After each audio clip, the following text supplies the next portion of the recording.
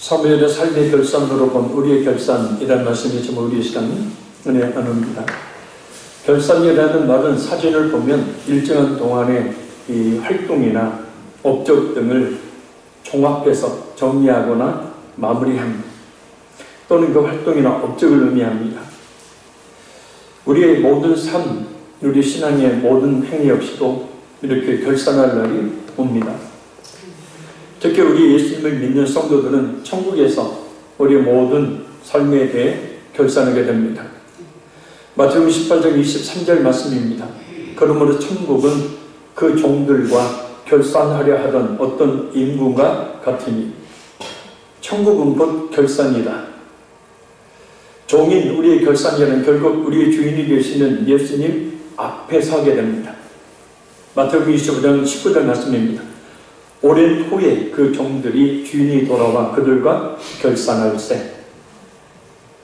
근데 우리의 결산은 상과는 달리 결코 감출 수 없고 또 속일 수 없다는 겁니다. 모든 것을 다 아시는 예수님 앞에 우리의 모든 삶, 우리의 모든 신앙 행위들이 다 벌거벗은 듯이 다 드러나게 되기 때문입니다. 히브리서 4장 13절 말씀입니다. 지으신 것이 하나도 그 앞에 나타나지 않음이 없고 우리의 결산을 받으실 이의 눈앞에 만물이 벌거벗은 것 같이 드러나느니라. 아멘. 우리는 우리의 주인이 되신 예수님 앞에서 우리의 모든 활동, 업적, 신앙생활에 대해서 정리하게, 결산하게 됩니다. 부디 부끄러움이 없는 결산을 하게 되는 우리 모두가 될 수 있기를 바랍니다. 우리 1절 읽겠습니다. 사무엘이 온 이스라엘에게 이르되 보라 너희가 내게 한 말을 내가 다 듣고 너희 위에 왕을 세웠더니 아멘. 개역성경에는 나와 있지 않지만 히브리어 원문을 보면 그리고 라는 이 히브리어 접속사인 이 와라는 말이 사용됩니다. 따라서 오늘 본문의 사무엘의 연설이 온 이스라엘 백성들이 길갈에 모여 사울의 왕위 즉위식을 갖고 하나님께 화목제를 드린 때에 행해진 것임을 알 수 있습니다. 특히 너희가 내게 한 말은 사무엘상 8장 4절 5절에 나와 있는 사실, 곧 이스라엘의 장로들이 사무엘을 찾아와서 다른 나라들처럼 왕을 세워달라고 요구했던 것을 말합니다. 곧 사울이 왕이 된 것이 이스라엘 백성들의 요구 때문이었다는 것을 상기시켜주고 있는 겁니다. 사무엘이 이런 말을 하는 것은 이스라엘 백성들이 앞으로 왕 때문에 고통을 겪어야 한다면 그 책임은 전적으로 그들이 왕을 구한 것에 따른 사실을 암시하기 위함입니다.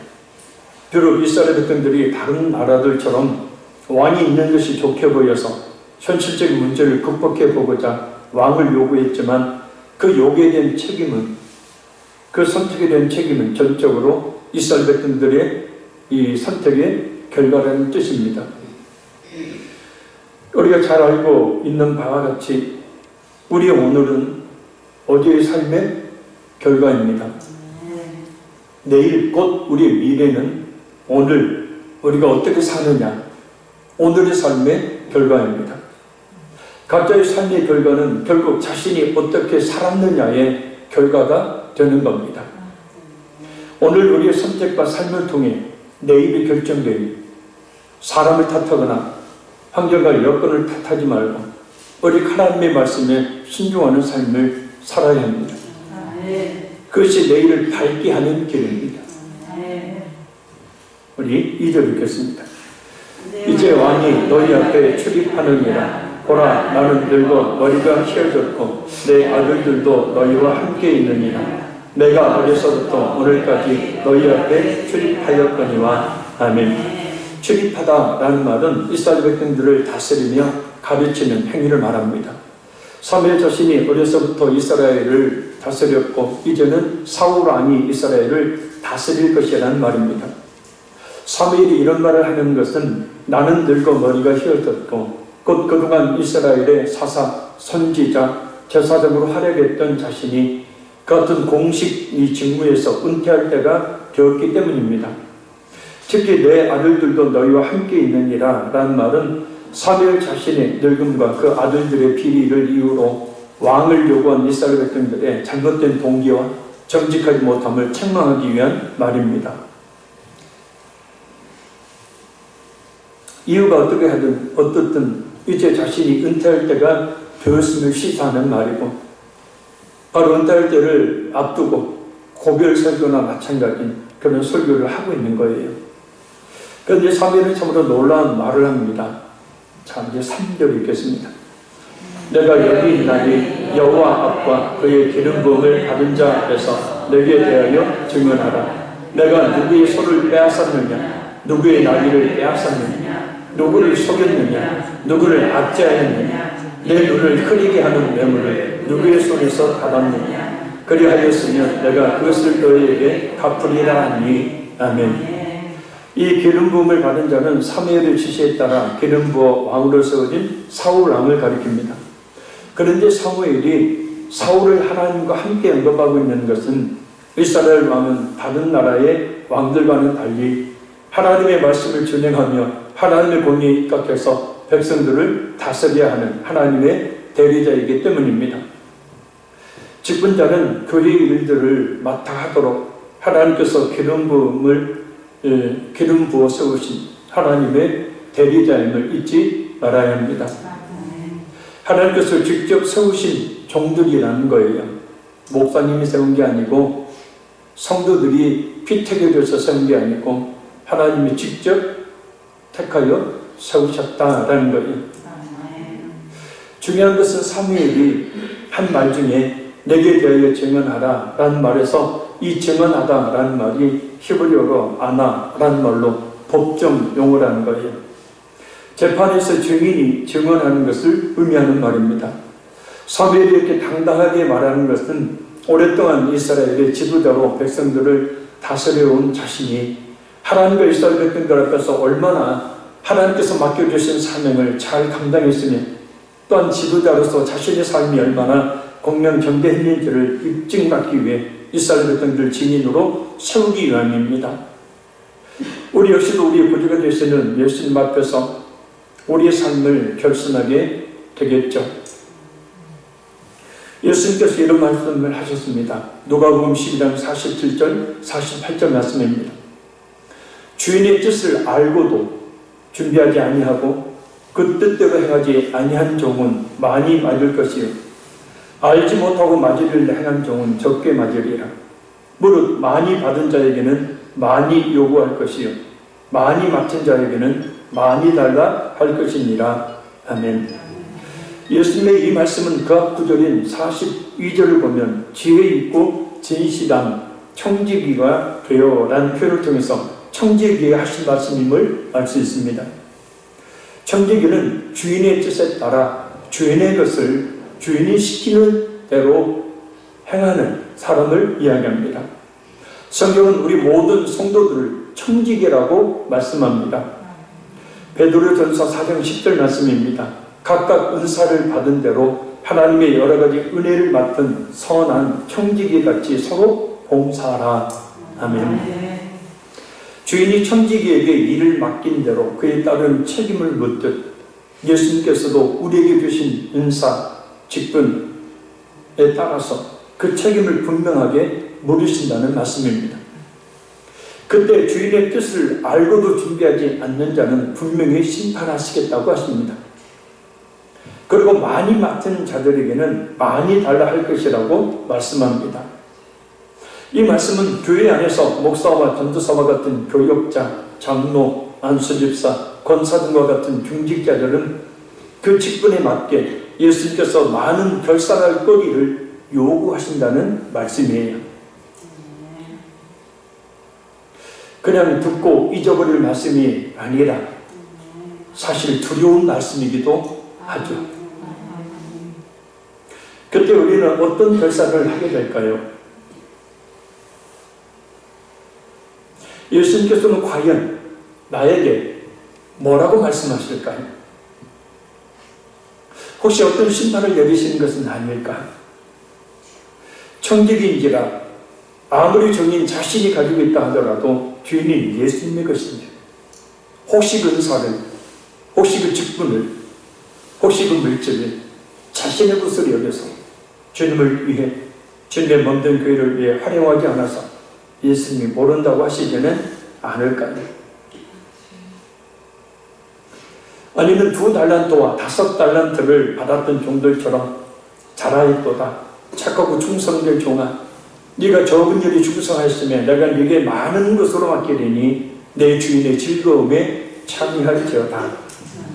나는 칭찬과 상은 물론 하나님 아버지의 영광에 참여하게 될까요? 그 천국에 들어간다는 얘기예요. 우리는 청지기일 뿐인 존재입니다. 아멘. 신분상 하나님의 자녀입니다. 그러나 우리 직무상 우리는 종, 우리는 청직입니다. 우리에게 있는 모든 눈에 보이는 것들과 영적인 은사, 직분은 우리의 것으로 주신 것이 아니라 우리 주님의 몸된 교회를 위해서 하나님의 나라를 위해서 일하라고 주셨다는 거예요. 교회를 세우는 일을 위해서 은사가 존재하고 물질이 존재하고 모든 것이 존재합니다. 교회를 세우는 일을 위해서 우리는 우리의 주인이 되시는 예수님의 뜻대로 예수님께서 간절히 바라고 원하시는 주님의 몸된 교회를 세우는 일을 위해서 모든 것을 언제든 드리고 활용해야 합니다. 우리는 주인이 아닌 청지기에 불과한 존재이기 때문입니다. 종이라는 거예요. 따라합니다. 나는 예수님의 종이다. 그래서 내 뜻이 아닌 예수님의 뜻대로, 내가가 아닌 예수님, 나를 위함이 아닌 예수님을 위한 삶을 살아야 할 청지기. 그럼 사무엘이 어떤 삶을 살았다고 그럴 겁니까? 내가 누구의 손을 빼앗았느냐? 누구의 나귀를 빼앗았느냐? 누구를 속였느냐? 누구를 압제했느냐? 내 눈을 흐리게 하는 뇌물을 누구의 손에서 받았느냐? 사무엘은 백성들의 재물을 착취하지 않았고 속이지 않았고 뇌물을 탐하지 않았다고 당당하게 말합니다. 도덕적인 면에서 그가 부정을 행하지 않고 깨끗하게 살아왔음을 말합니다. 결코 쉬운 일이 아니죠. 얼마든지 이스라엘의 최고 지도자, 이스라엘의 유일한 선지자, 이스라엘의 유일한 제사장, 이와 같은 자신의 신분과 지위를 이용해서 재물을 모으고 자신의 욕망을 채울 수 있었습니다. 일체의 부정도 저지르지 않았다는 것은 참으로 놀라운 일입니다. 설교 시간에 정치 이야기를 하는 것이 아니라 오늘 본문의 정치 지도자였던 사무엘을 현재 우리의 정치 현실에 적용해 보면 극명한 두 인물이 우리 눈앞에 있죠. 한 사람은 여당의 대통령 후보입니다. 대통령 후보가 되기 전에 시정 시절 시정에 개입하려고 했던 형을 철저하게 배제시키다가 억울하게 형의 입에 담지 못할 어머니를 향한 폭행과 이 욕설을 형수에게 전달하는 과정에서 누명을 쓴 후보이기도 합니다. 물론 욕설을 그대로 전달하는 것도 분명히 옳은 행위는 아니지만 말입니다. 이 외에도 그가 시장 시절, 도지사 시절에 얼마든지 사익을 취할 수 있었음에도 불구하고 이런 한장 사익을 취하지 않았고 자신의 지위와 권세를 이용해 자신의 욕망을 채우지 않았다는 것이 명백하게 드러났음에도 불구하고 야당과 언론들은 대장동 게이트라는 그것을 통해서 이를 왜곡시키기의 혈안입니다. 정가 사범이라는 정가들 역시도 시민운동을 하고 성남시 의료원을 세우다가 어려운 사람들을 돕다 부당하게 벌금형과 옥살이를 한 것이었음이 밝혀졌죠. 참 대단한 청렴함입니다. 바로 기독교인이죠. 그래서 그가 이 시장 시절에 직원들을 모두 다 공무원들을 모아놓고 한 연설을 보면 돈은 말이다. 반면에 야당 대통령 후보는 일명 본부장이라고 하는 곧 본인, 부인, 장모의 비리가 수도 없이 많이 쏟아지고 있습니다. 본인이 검사 시절 행했던 수많은 수사 무마 사건들과 비리, 뇌물을 받은 사실들과 항명한 사건, 그리고 본인 부인의 20여 가지가 넘는 허위 이력, 학력 위조, 주가 조작 혐의, 또 검사인 사이를 등에 업은 장모가 벌인 부동산 투기, 은행 잔고 위조, 보험 사기, 세금 탈루 등과 같은 죄악들이 질비합니다. 그리고 무당과 법사들을 통해 미신을 쫓아 정치 행위를 하는 모습까지 보입니다. 정말 말 그대로 가관입니다. 물론 야당과 언론들은 많은 부분들을 보도도 하지 않거나 아무것도 아닌 것으로 미화시키고 초록은 동색이라고 검사들과 판사들 역시 이 야당 대통령 후보의 편에 서서 무마하고 덮어주기에 여념이 없지만 말입니다. 이렇게 많은 비리가 있는 후보는 지금까지 없었다고 합니다.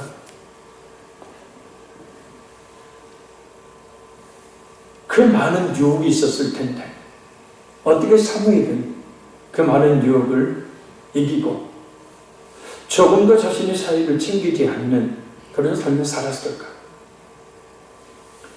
그럼 오늘 본문과 연관해서 우리 자신이 정치 지도자가 아니기에 우리가 상관없는 말씀입니까? 아니죠. 우리는 예수님의 십자가의 피로 거룩하신 하나님의 자녀가 된 공인입니다. 할렐루야. 그래서 우리는 하나님의 자녀, 예수 믿는 사람이라는 타이틀을 가지고 있는 공인이에요. 그래서 우리의 행위에 따라서 예수님이 욕을 먹기도 하고 예수님이 영광을 받으시기도 하죠. 그래서 우리는 지금까지는 어떠했을지라도 앞으로라도 거룩한 삶을 살기를 힘써야 합니다. 사무엘처럼 이렇게 도덕적인 면에서 부정하지 않도록 해야 합니다. 정말 우리에게 주신 은사와 직분에 따라 예수님 앞에 섰을 때 결산할 그때에 부끄러움이 없는 천지교로서의 삶, 또 세상에서도 사람들 인정할 만한 거룩한 삶을 살기를 힘써야 합니다. 우리 4절 읽겠습니다. 그들이 이르되 당신이 우리를 속이지 아니하였고 압제하지 아니하였고 누구의 손에서든지 아무것도 빼앗은 것이 없나이다 아니라. 아멘. 목사님이 드디어 정치 이야기를 했어. 정치 이야기가 아닙니다. 하도 언론이 보도를 하고 있고 감추고 있고 덮어주고 있고 그래서 일반 국민들이 잘 알지 못하는 사실을 우리가 알고 정치 지도자가 어떤 사람이 되어야 되는지에 대해서 오늘 본문과 연관해서 말씀을 드린 겁니다. 이 사람이 나쁘고 저 사람이 나쁘고 그래서 이렇게 해야 된다 저렇게 해야 된다라고 이야기했으면 잘못된 것이지만 이 평가는 해야 되겠죠. 속이지 아니하였고 라는 말은 히브리어로 아샥라는 말로 기만하다, 압력을 가하다는 뜻입니다. 그러니까 다른 사람의 소유물을 빼앗기 위해서 공갈 협박을 하지 않았음을 이야기합니다. 그리고 압제하다라는 말은 깨뜨리다, 폭력을 쓰다는 뜻입니다. 통치자가 백성들을 힘으로 깔아뭉개서 고통을 가하는 것을 말합니다. 또한 아무것도 빼앗은 것이 없나이다 라는 말은 자신의 욕망을 채우기 위해서 아주 작은 것 하나도 빼앗지 않았다는 뜻입니다. 이 말은 사무엘이 한 말이 아니라 이스라엘 백성들이 사무엘을 향하여 한 말입니다. 사무엘이 이스라엘을 다스리는 동안 하나님과 사람 앞에서 공명정대하게 행했음을 이스라엘 백성들이 인정한 거예요. 그렇게 많은 사람들이 분명하게 보았을 터인데도 불구하고 그들이 이런 고백을 했다는 것은 그만큼 사무엘이 도덕적으로 영적으로 흠이 없는 삶을 살았음을 말합니다. 사람들의 인정을 받는다는 것은 쉬운 일이 아니죠. 사람만큼 냉정한 존재도 없죠. 혈연, 학연, 지연 등으로 이 엮여있는 일부 사람들의 무조건적인 인정은 받을 수 있을지 모르지만 꼭 반대편에서 작은 꼬투리라도 잡아서 비방하는 사람들이 많기 때문입니다. 완전한 사람이란 없기 때문이에요. 그런데 남 앞에 서게 되어지면 많은 사람들이 바라보는 위치에 있기 때문에 분명히 뭔가가 드러나야 될 텐데 사무엘은 도대체 어떻게 살았는지 그 수많은 이스라엘 백성들이 인정할 만한 삶을 삽니다. 그 비결이 무엇이었을까요? 첫째는 사무엘이 늘 하나님 앞에 살았기 때문이에요. 사무엘은 젖을 막된 어린아이 시절부터 성전에 살았습니다. 그런데 그에게는 다른 사람들에게는 없는 특별한 점이 하나 있었죠. 바로 하나님의 음성을 들었다는 거예요. 하나님께서는 사무엘을 통하여 이스라엘 백성들에게 말씀하셨고 사무엘은 그 말씀과 함께 살았습니다. 우리가 도덕적으로, 이 도덕이란 말은 인간으로서 마땅히 지켜야 될 도리 및 그에 맞는 행위를 말합니다. 그렇게 살기를 원한다면, 그리고 윤리적으로 같은 말입니다. 사람이 마땅히 행하거나 지켜야 될 도리를 하며 살기를 원한다면 우리가 하나님의 말씀을 늘 가까이 해야 합니다. 사람이 마땅히 지키고 행해야 될 삶, 사람다운 삶을 살도록 이끄는 것은 하나님의 말씀이기 때문이고, 무엇보다도 우리 예수님을 믿는 성도들에 있어서 하나님의 말씀은 우리로 하여금 어떻게 살아야 될지를 분명히 제시해주며 무엇보다도 우리를 새롭게 변화시키는 능력이 되기 때문입니다. 그래서 시편 119편 이 9절 말씀이 보면 청년이 무엇으로 그의 행위를 삼가하리이까? 오직 주의 말씀만 따름이니이다. 주의 말씀만 지킬 따름이니이다. 그러니까 그 혈기왕성한 청년이 어떻게 자신의 행실을 거룩하게 할 수 있냐? 그 방법은 하나라는 거예요. 오직 주의 말씀만 지켜 따를 뿐입니다. 그리고 11절에 보면 내가 범죄하지 아니하려 하여 주의 말씀을 내 마음에 두었나이다 그래요. 그러니까 하나님의 말씀을 마음에 두게 되어지면 무슨 생각, 행동을 하게 될 때 그 모든 것은 마음에 나오기 때문에, 마음에서 나오기 때문에 그 마음에 하나님의 말씀이 있으니 그 말씀이 그의 말과 그의 행동을 제어하는 역할을 하는 거예요. 할렐루야. 그러니까 말씀을 우리가 많이 읽고 또 말씀을 잘 들어서 그 말씀을 우리 마음에 새겨놓게 되어지면 그 말씀이 작동을 하게 되는 거예요. 너희 믿는 자 속에서 역사하느니라. 그래서 그 말씀이 역사함으로 말미암아서 잘못된 생각, 잘못된 판단, 잘못된 행동을 안 하게 되는 거예요. 자, 반대로 하나님의 말씀이 없게 되거나 말씀적으로 빈약하게 되면 도덕적으로, 윤리적으로, 그리고 무엇보다 영적으로 바른 삶을 살 수 없다는 뜻이기도 합니다. 그래서 하나님의 음성을 듣던 사무엘, 늘 하나님의 말씀을 가까이 했던 사무엘, 바로 그것이 바로 사무엘로 하여금 도덕적으로, 윤리적으로, 영적으로 흠이 없는 삶을 살게 했던 비결이었어요. 물론 한 가지 흠이 있었어요. 자식 농사를 잘못 지은 것이. 두 아들들이 아주 패역한 아들들이었죠. 자식은 어떻게 하지 못하는가. 둘째, 사무엘이 늘 기도하는 삶을 살았기 때문입니다. 사무엘은 어렸을 때부터 기도하는 삶을 살았습니다. 기도 생활은 사무엘에게 있어서 삶의 전부와도 같은 것이었어요. 이 사실을 아주 잘 말해주는 사무엘의 고백이 있죠. 사무엘상 12장 23절 말씀입니다. 나는 너희를 위하여 기도하기를 쉬는 죄를 여호와 앞에서 결단코 범하지 아니하고 선하고 의로운 길을 너희에게 가르칠 것인즉. 성경 안 찾아봐도 제가 대신 찾아서 이야기해 준다. 굳이 만나 안 만나 그러니 말씀 듣지를 못하는 거예요. 미워. 설교할 때 거기에 처박고 있는 사람 미워. 처박다는 표현 취소. 고개 숙이고 있는 사람 정말 미워. 짜증난다.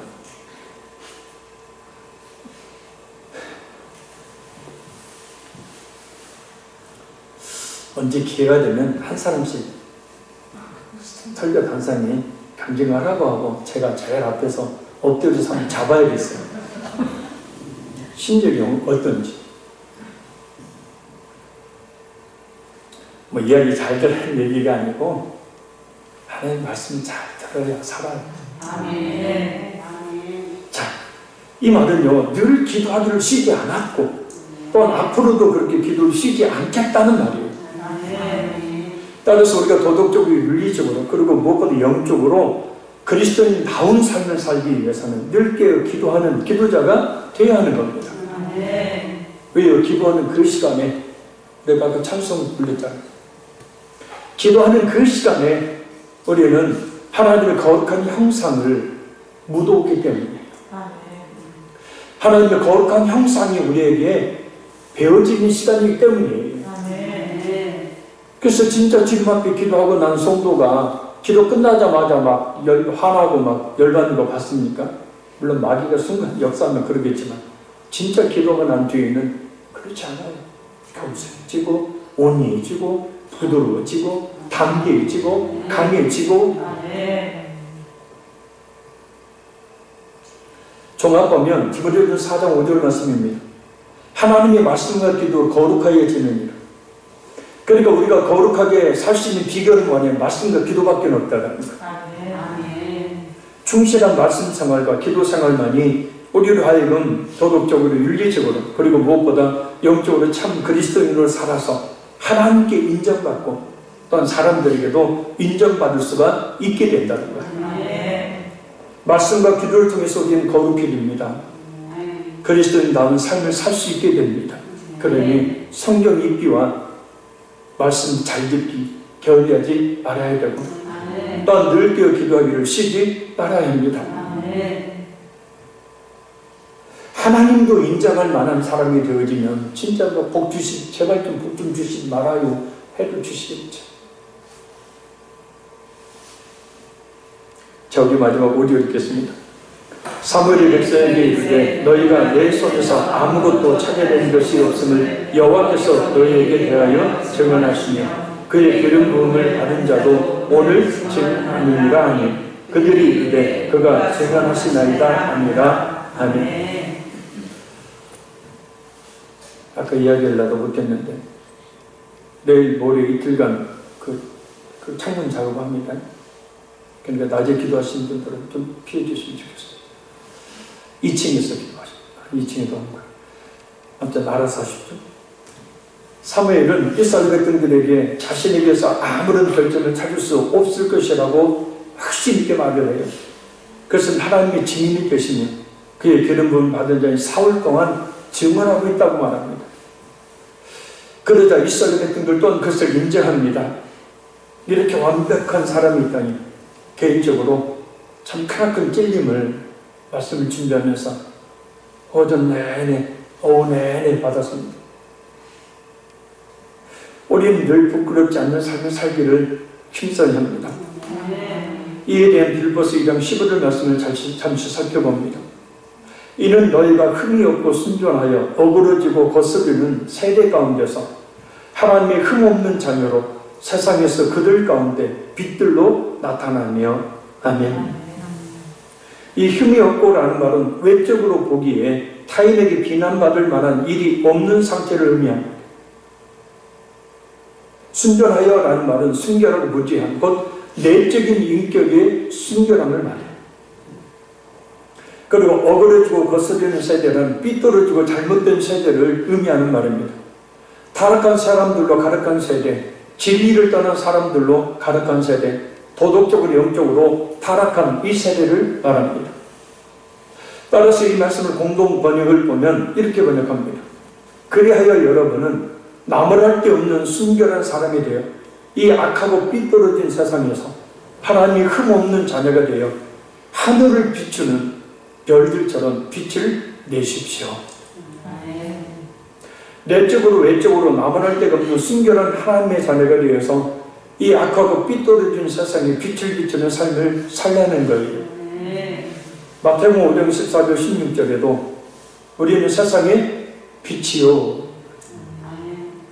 또한 데살로니가전서 5장 5절 말씀에도 너희는 다 빛의 아들이요 그래 말씀합니다. 우리에게는 빛의 사명이 있어요. 이 악하고 삐뚤어진 세상에 빛을 비추는 빛의 사명을 우리 그리스도인들이 감당해야 한다는 겁니다. 그러기 위해서 우리 자신이 빛이 되어야 하는데 그 빛은 바로 우리 자신이 내적으로 또는 외적으로 나무랄 데가 없는 순결한 인격에서 나오는 거예요. 따라합니다. 사람들이 나를 쳐다만 봐도 은혜가 되는 사람이 되자.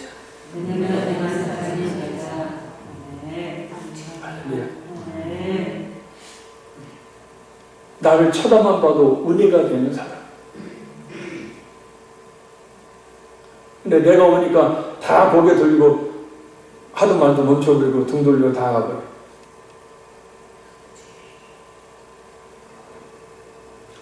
자, 이 빛의 역할은 깨끗하고 거룩한 삶으로만 되어져. 그러기 위해서 먼저 바른 인격을 가져야 합니다. 사람다움. 겉모습뿐만 아니라 내면 또한 아무럴 데가 없는 인격의 사람으로 자신을 가꿔야 합니다. 외적으로 내적으로 자신을 진짜 거룩하게 배워나오는 인격적인 사람으로 가꾸는 방법이 뭘까요?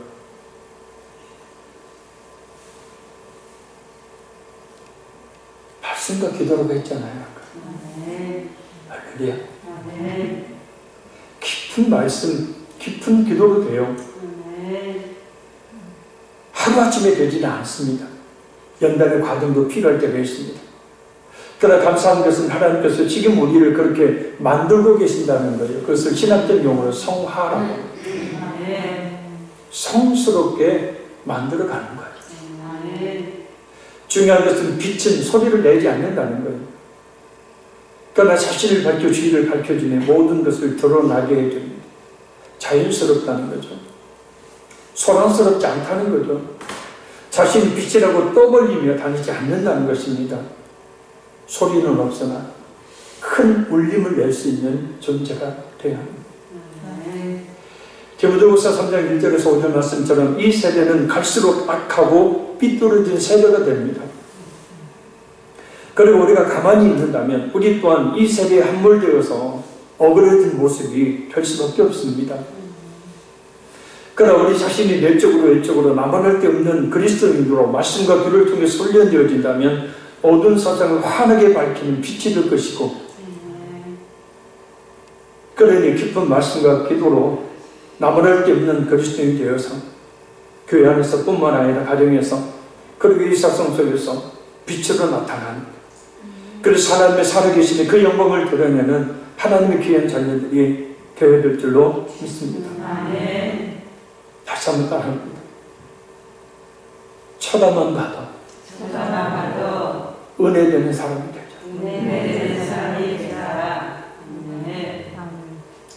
우리 옆에 분에게 한번 고백해. 쳐다만 봐도 은혜되는 사람이 됩시다.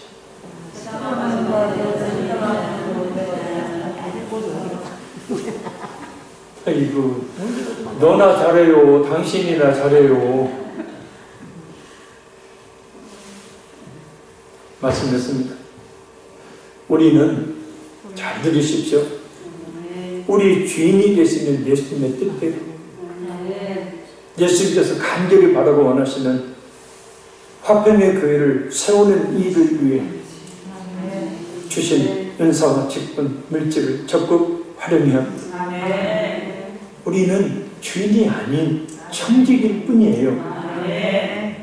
그래서 내 뜻이 아닌 예수님의 뜻대로, 내가가 아닌 예수님이 나를 위함이 아닌 예수님을 위한 삶을 살아야 돼.